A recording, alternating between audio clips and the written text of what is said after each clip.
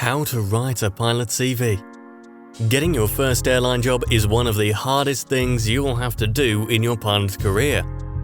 After spending a fortune on your pilot training, the only thing you want is to finally get a job and enjoy the life you always dreamt of. Therefore, it is crucial to have a solid and outstanding CV.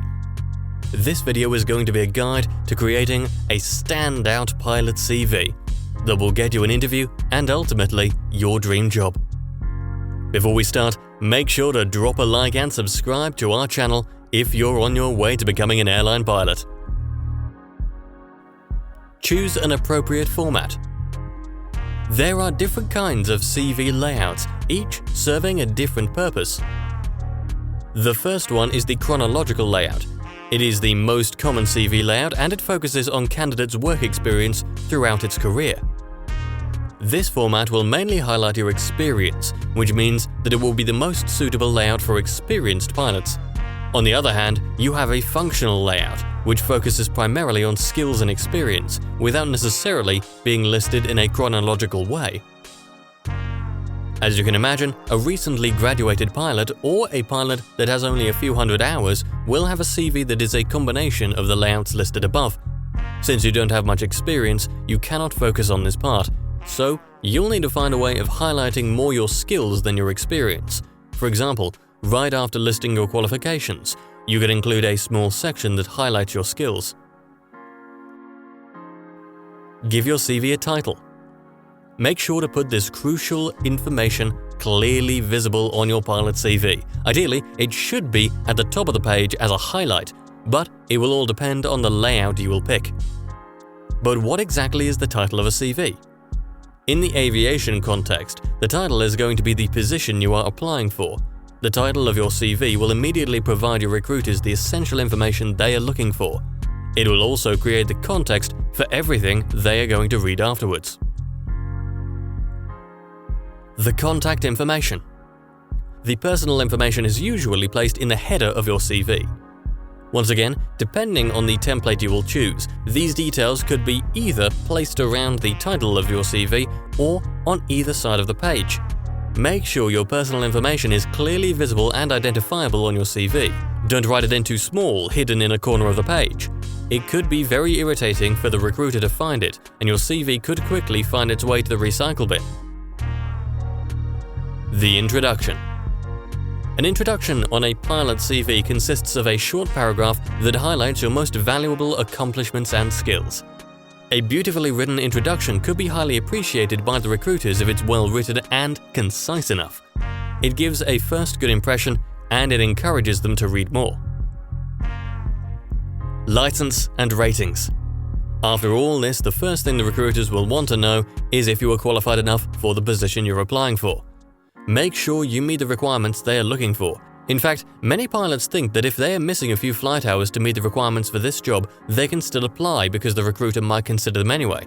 It could happen, but it's very rare. Just think about it. They receive daily hundreds of applications from pilots actually meeting their requirements. Why should they bother considering you? Even though you are an excellent pilot and your CV clearly reflects that, your recruiter just won't bother reading it further if you don't meet their requirements. Your flight hours. A pilot CV is not the same as an architect CV, so you need to adapt it to your industry and to the position you are applying for. Your experience is reflected by the flight hours you have logged during your career, so you definitely must include them in your CV. Make sure to highlight the most important hours that are relevant to the role you're applying for. In this way, you will avoid the recruiter to search for what he needs. If you're applying for a 777 first officer position, the recruiter will rather want to know your experience on any commercial aircraft than the hours you flew in a glider. Don't get me wrong, this extra experience is also important and it could even make the difference at some point, but you would rather put it in the hobbies part of your CV. Work experience. This is also an important section that should figure in your pilot CV. Your future employer wants to see where you are working at the time of the application and where you have previously worked as well. It will help him to build a clearer picture of yourself and your experience. If you have just graduated from flight school, you might not have any experience in aviation at all. You can still include your previous work experience even if it has nothing related to aviation. However, I would recommend you place this section further down the page, as it's not the most relevant information for a pilot job. Instead, you could replace it by your flight training, which is the next point we are going to discuss. Your flight training. As mentioned above, if you're applying for your first airline job, you need to focus on your training records. What kind of training did you do? Modular or integrated? Where? When? The recruiter has checked your flight hours and your ratings, so he doesn't expect you to have flown an Airbus. Instead, he will be interested in the flight school you've studied at and the main parts of your training. In the same way, if you have a type rating with only a few hours of experience on it, make sure to mention the type rating training organization where you got type rated. Skills. Your pilot CV should include a skills section, especially if you are a low-experience pilot. You don't have enough working experience to prove that you're suitable for the applied position. It's extremely important that the listed skills match with the job description. You could use the job description as a guide for your list of skills, but make sure you don't just copy-paste it. A good method is to identify the keywords and phrases from the job description and find a smart way to mention them in your list. Education. Although it might not be required, it is important to include this section to give your employer an idea of the level of education you have reached. Do not mention anything you did before the university, unless it's requested. Languages, achievements, and hobbies. This section is optional, but if you have very little flight hours, it might be a good way to show a bit of your personality to your future employer. Be careful not to mention any activities or hobbies that are completely irrelevant for the role you are applying for. Put an accent on the languages you speak, and mention any certificates you may have gained, like the TOEIC.